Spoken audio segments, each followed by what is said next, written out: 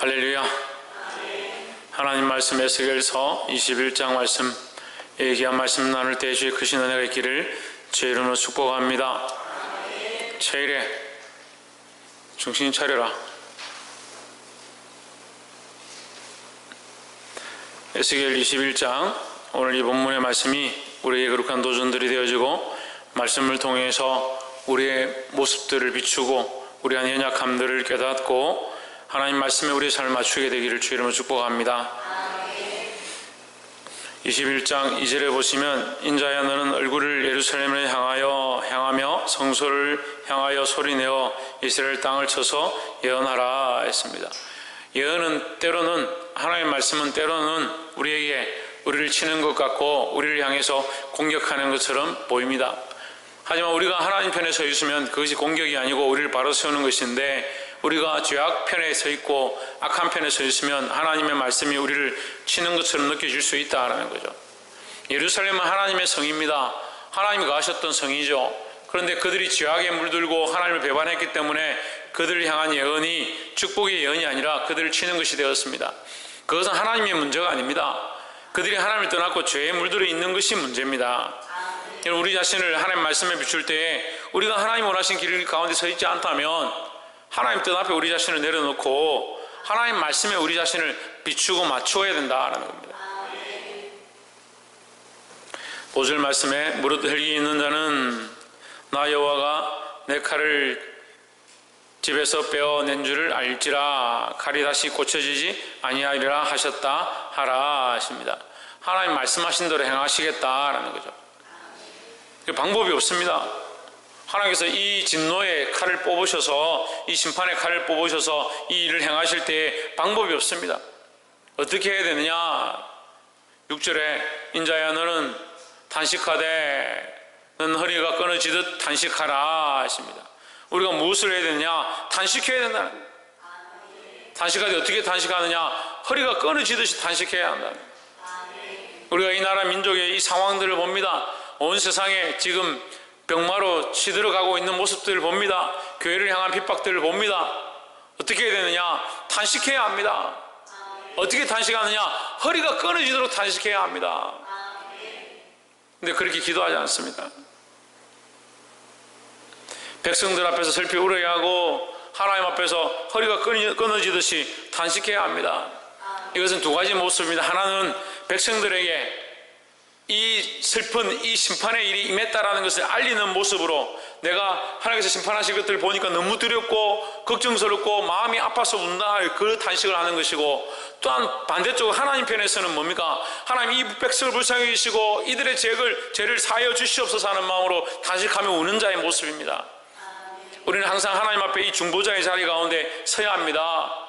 누구를 위해서 우느냐? 이 백성들을 위해서 울어야 되는 거예요. 이 백성들을 불쌍히 여겨주십시오. 이 영혼들을 불쌍히 여겨주십시오.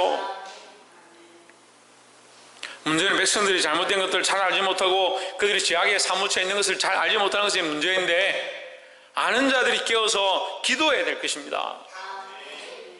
우리에게 유일한 희망은 기도하는 것이고, 이 문제를 놓고 하나님 앞에 단식하는 것밖에 없다라는 거예요. 기도하는 자들이 되기를 주의 이름으로 축복합니다. 누구를 위하여? 백성들을 위하여. 그래서 우리는 항상 중보자로 서고, 또한 특별히 교회 가운데 많은 영혼들을 위하여 중보자로 서고 이들을 위하여 기도할 수 있는 저와 여러분 되기를 주의 이름으로 축복합니다. 두 번째 나눌 말씀은 13절에 이것이 시험이라 하십니다. 우리에게 고난이 있고 어려움이 닥칠 때 그것이 시험이다. 하나님 뭘 보시느냐? 그 가운데서도 하나님을 바라보느냐? 그 가운데서도 하나님을 찾느냐? 그걸 보기 원하시는데 착각하는 겁니다. 하나님 왜 우리에게 이런 시험을 주십니까? 왜 주셨습니까? 예루살렘의 타락 때문에, 그들의 죄악 때문에 결국 그들이 시험을 당했습니다. 하지만 하나님이 이 시험을 통해서 뭘 하기 원하냐? 그 가운데도 믿음을 보기 원하신다라는 거죠. 우리에게 시험이 닥치고 어려움이 닥치면 이것이 우리를 어떻게 할 거냐? 그런 거 생각할 필요 없어요. 자꾸 성경을 이론적으로 배우니까 시험을 당하면 어떤 때는 우리를 더 잘되게 할 것이고, 이 시험을 통해서 우리가 더 훈련될 것이고, 그렇게 볼 필요가 없어요. 뭘 봐야 하느냐? 이 시험 가운데 우리의 믿음을 드러내는 것이 있어야 된다는 거예요. 그 하나님 관점에서 보면 우리가 당연히 하나님 앞에 믿음을 드러내고 하나님 바라보게 되는 것이 당연한 것이고, 더더욱 하나님께 초점을 맞추고 문제가 닥치고 상황이 보이지 않고 우리나라의 이 상황들 가운데 당장 끝이 보이지 않는 이 수많은 문제들, 뭐 한 2주면 끝날 거다 했는데 벌써 한 달이 넘어가요. 1월 말부터 시작했습니다. 2달 가까이 다 돼갑니다. 교회들 보고 예배 드리지 마라 한 지가 2주면 될 거다 했는데 벌써 한 달이 넘었습니다. 4주가 넘었습니다.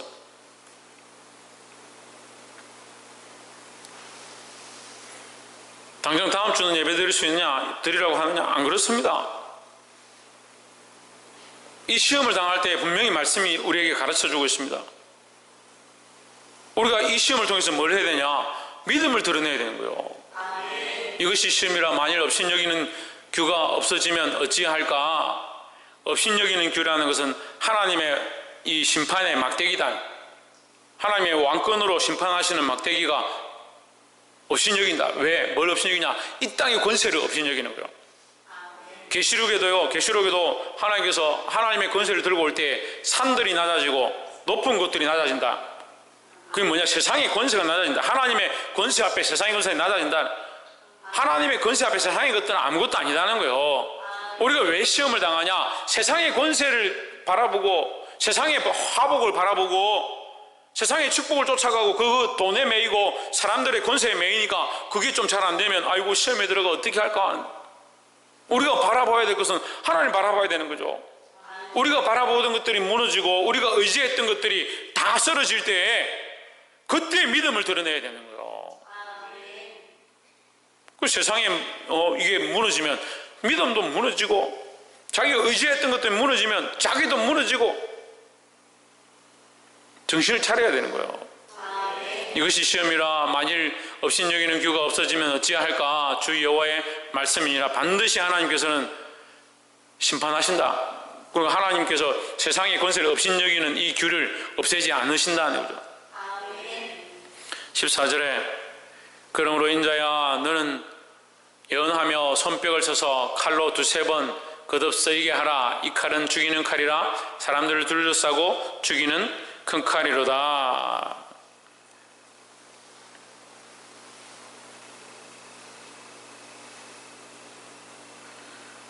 예, 제 성경에는 한 줄이 더 있는데 제가 한 줄 마저 읽을게요. 밀실에 들어가서 대인을 중상케 하는 칼이로다. 사람들을 둘러싸고 죽이는 큰 칼이로다 했는데 제 성경은 밀실에 들어가서 대인들을 죽인다. 그 대인은 뭐요? 아까 얘기한 세상의 권세를 잡은 자들. 밀실에 숨은 자들, 숨은 데 들어가서 왜 숨은 데 들어가서 세상의 권세를 잡은 자를 죽이느냐? 그들이 하나님 없다라고 생각하는 곳에서 그런 밀실에서 음란하고 폐역하고 죄의 일들을 행하던 그것들을 하나님께서 어떻게 하신다? 그들이 숨을 수 없고 하나님의 심판 앞에 그들이 숨길 수 없다. 하나님 반드시 그 모든 죄악에 대하여 심판하신다라는 거죠. 그럼 하나님께서 이 모든 것들을 심판하실 때 우리는 어떻게 해야 되냐? 하나님 앞에 엎드려야 되는 거죠. 이 시험을 당할 때 뭘 해야 되냐? 이 시험을 당할 때 뭘 해야 됩니까? 믿음을 보여야 돼요. 믿음을 보여야 되는 거예요. 그러니까 믿음이 없으니까요, 보일 게 없어요. 보일 게. 그러니까 시험을 당할 때 뭐가 자꾸 나오느냐? 인간적인 본성이 나오는 거예요. 시험을 당하면 당할수록 인간적인 본성이 나오는 거예요. 그럼 뭔 얘기합니까? 하나님 앞에 신앙의 고백이 아니고 신세한탄 하는 겁니다. 신세한탄. 이게 본전이에요. 내 신세가 와일로 내가 이렇게 이만큼 했는데 왜 나에게 이것밖에 안 되냐? 그 시험을 당하니까 자기 본전이 드러나는 거예요. 미천이 드러나는 거죠. 우리가 시험을 당하고 환난을 당하면 뭐가 드러나야 되냐? 우리의 믿음이 드러나야 되는 거예요. 골리앗 앞에 섭니다. 수많은 백성들이, 사실 이스라엘 백성들에도 용사들이 많습니다.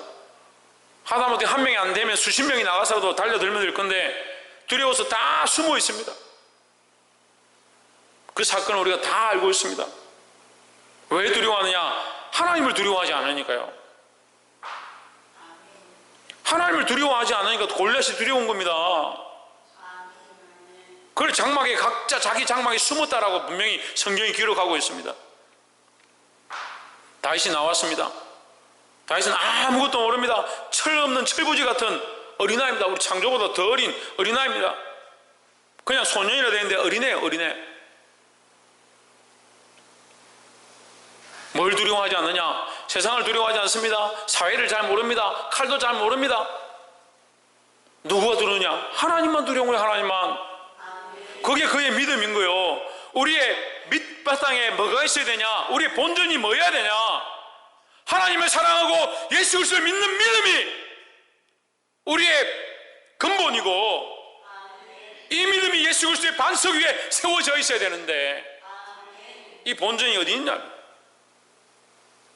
세상에 자꾸 가서 뿌리를 내리고 재물에 가다가 명예에다가 사람들이 인정해 주는 데다가 거기 뿌리를 내리니까 시험을 당하면 같이 자꾸 넘어지는 거, 같이 자꾸 넘어지는 거. 이 시험 가운데 이기시기를 주의 이름으로 축복합니다. 반드시 숨겨진 것들이 드러나게 되어 있다는 거예요. 믿음을 지키고 승리하기를 주의 이름으로 축복합니다. 마지막 세 번째로 25절에 너는 그가 가여 중상을 당할 이스라엘 왕이 내 날이 이르렀나니 곧 죄악의 끝되니라. 이스라엘 왕아, 내 날이 이르렀나니, 너희 날이 이르렀다. 무슨 죽을 날이 이르렀다 이 말이야. 심판의 날이 이르렀다. 네 이제 끝날, 네가 마지막 끝날 날이 이르렀다. 왜 끝날이 이르느냐? 이 성경에 이거 다 있는 거예요. 극악하고 극악하다. 뭐가 극악하냐? 하나님 없는 삶이요. 자기 권세를 누리고 자기가 부귀영화를 누리고 자기 마음대로 하나님 없이 살았던, 우상을 숭배했던 그 삶을 지금 하나님 앞에 심판받는다네요. 여러분, 우리도 우리 인생에 우리가 각자 자기 인생에 자기가 왕인 겁니다. 그 요즘은 아이들한테 너무 잘 키워줘가지고요, 어렸을 때부터 자기가 왕인 줄 다 알아요. 자기가 자기 인생에 자기가 왕인 거예요.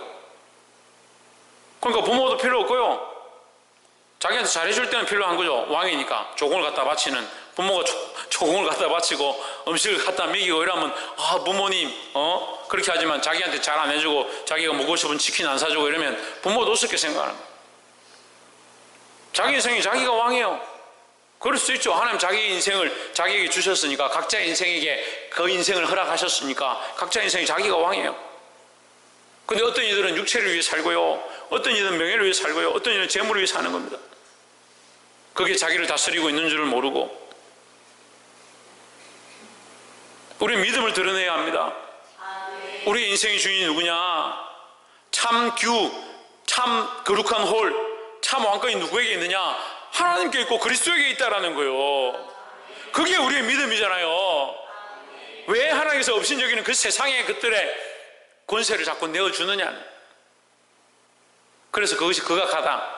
하나님을 모르고 창조자를 모르고 나를 만드신 하나님의 근본 하나님이 우리를 만드셨음을 잊어버린, 그게 죄의 본성인 거예요. 하나님 모르는 거예요. 하나님 우리를 창조하셨음을 잊어버리는 거예요. 그 세상의 모든 과학과 문화가요, 얼마나 연구해서 뭘 하느냐? 하나님 없다는 것을 증명하려고 노력하고 있습니다. 뭘 해야 됩니까? 뭘 해야 되겠습니까? 믿음을 지키는 거예요. 믿음을 지키는 거예요. 여러분 같이 공부해가지고 연구해가지고 하나님 계시다는 걸 증명할 거예요. 믿음을 지키는 거예요. 믿음을. 26절에 나 주 여호와가 말하노라, 관을 제하며 왕관을 벗길지라 그대로 두지 못하리니 낮은 자를 높이고 높은 자를 낮출 것이니라 했습니다. 자, 이것이 뭐냐면요, 원상복구예요. 원상복구. 관을 제거하고 왕관을 벗겼다. 그의 권세를 박탈했다는 거예요. 하나님께 왕권을 주고 왕관을 내어준 사람, 계시록에 뭐랍니까? 면류관을 벗어서 어린 양의 보좌 앞에 던진다는 표현이 우리가 좀 안 좋지만, 동양 문화에서는 이게 던진다는 표현 자체가 안 좋지만, 이건 내어드린다는, 왕관을 벗어서 그 앞에 내려드린다. 우리는 이 관을 쓰기에 합당치 않습니다. 모든 존귀와 영광과 부가 어린 양에게 있습니다. 내어드리는 거예요. 내 것이 아니라 오직 그리스도만 참되시고 하나님만 영광을 받으십시오. 이 왕관을 벗어서 내어드리는 거예요. 그런데 다 지금 각자 왕관을 쓰고 있습니다. 자기가 왕인 줄 착각하고 삽니다. 자기 감정과 자기 생각대로 주장하고 삽니다. 믿음이 없는 삶을 살고 있습니다. 이 믿음을 가진 자는요, 이미 왕관을 주님 앞에 드렸으니까 이걸 빼앗길 게 없어요. 빼앗길 게 없어요. 이미 우리 관을 주님께 벗어드렸는데 우리가 이 관을 벗어야 되고 뺏겨야 될 그런 상황이 아닌 거죠. 왜 심판받느냐? 자기가 왕의 주권을 들고 자기가 하나님의 자리에 앉아있고 자기가 예수가 되어가지고, 우리나라 많은 사람들이 그리스도인이 아니고 그리스도가 되어 있어요. 자기가 주인 되고 자기가 머리 된 거예요. 우리의 머리는 예수 그리스도입니다. 내 생각과 내 지식을 쫓아가는 것이 아니라 하나님 기뻐하시는 것이 뭐냐, 그리스도께서 원하시는 것이 뭐냐, 그걸 결정하고 그걸 선택해야 되는 거예요. 그렇게 하려면 뭐가 있어야 되냐? 믿음이 있어야 된다는 거예요. 이 잘못되어진 이 관, 잘못되어진 왕관을 벗길지라 그대로 두지 못하리니, 그렇게 두고 갈 수 없다는 거예요.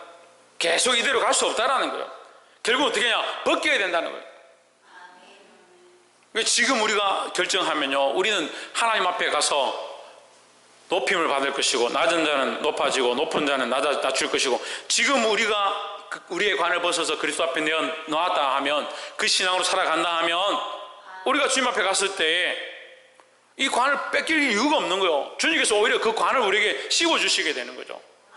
근데 지금 이 관을 쓰려고 안달하고 내가 왕이고 내가 이 권세를 잡았는데 하고 있다면 이것을 빼앗기게 된다라는 거예요. 내가 사랑했던 것, 내가 의지했던 것, 내가 바라보았던 것, 내 육체와 내가 원하는 것들 바라보았던 그것을 결국 빼앗기게 된다는 거예요.